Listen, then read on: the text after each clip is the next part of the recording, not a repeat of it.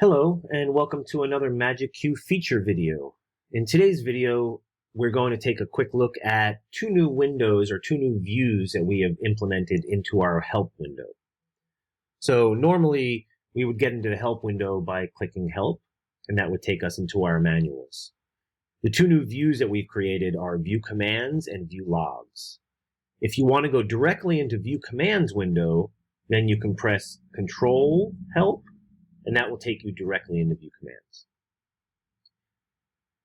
In this new view commands window, this window will show the user commands and responses. Commands can include those entered via the console buttons, the keypad, and also commands entered via the touchscreen as well. So if I scroll down to the bottom here, this is going to be my last command at the bottom. If I say 7 * at full, I can see my commands being put in here, enter, and then there's my levels set at 100%. I can open up beam, and I can say beam 3, enter, and I can see that I've set now gobo number 3 or beam entry number 3. I can do this with any palette entry. I can say color 5, enter, and now it's covered up my syntax, but here color 5 has been entered and it's now green. I can search in this window for previous entries that I've made. So if I click on the search button, I can put in a time such as 09, we'll try 928, hit return, and it will bring me back to the first entry for 928 that I put in. And then there's a couple more here as well, but this will bring me back to that first one.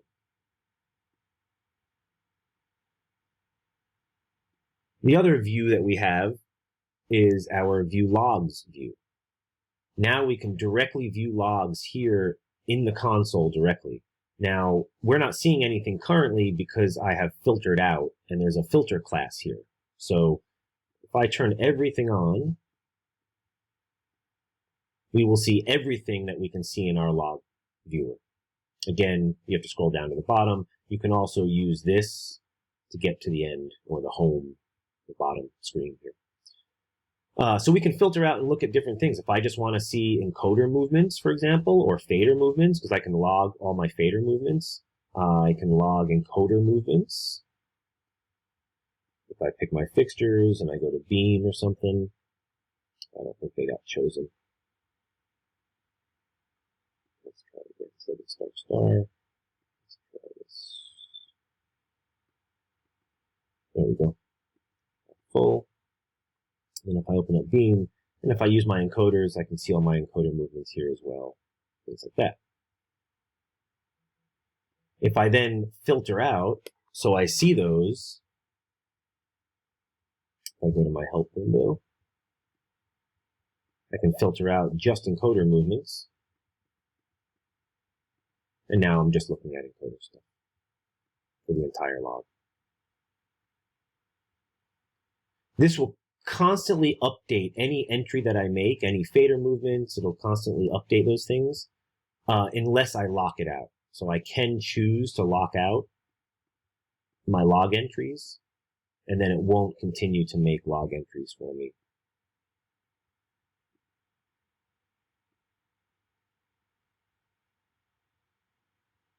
I can also move forward and backwards in my log files. The current log file is going to be the current show file that I've opened up most recently.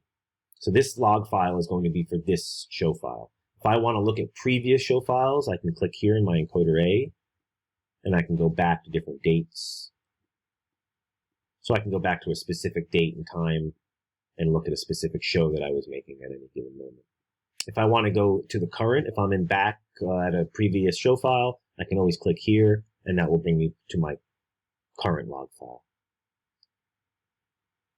There is a filter class here called events. The reason I want to mention this one is events will log things that include MIDI, OSC, MIDI sysx, CAMSys remote Ethernet protocol, scheduled events, automations, anything like that that is done internally in the console. These will log those. Okay. In order to log them, though, you do need to have a specific logging type turned on. So if you click here, you will see you want to make sure that extended plus events or extended end events is turned on.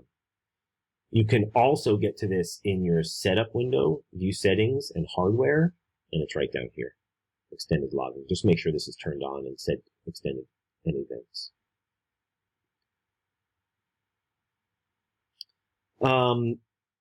You can also, on MagicQ PC, you can look at logs from other consoles as well.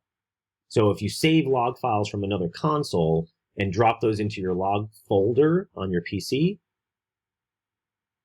you can go into your tool menu in your computer, go into Log Viewer, and then that will open up a file management system where you just find those logs, and then you can open them up, and they'll open up in here where you can read your logs from another console on a PC system. For systems where it's expected to run for many days or months or even years, where you're just going to leave something on, an architectural installation or something like that, then we suggest you make sure that you close your help window when it's not in use, just so to prevent any degradation over time, as the log file will continue to increase, and every time something's happening, it's going to increase. Usually with installations, you have lots of automations going on and internal things that are triggering stuff. So it's going to continue to increase the log file. It's just best to close the window. If you have any questions about log files or our view commands window, of course, you're more than welcome to get in touch with us. You can always email us at support@kansaslighting.com. Keep an eye out for more future feature videos that we're going to be coming out soon. And as always, happy programming.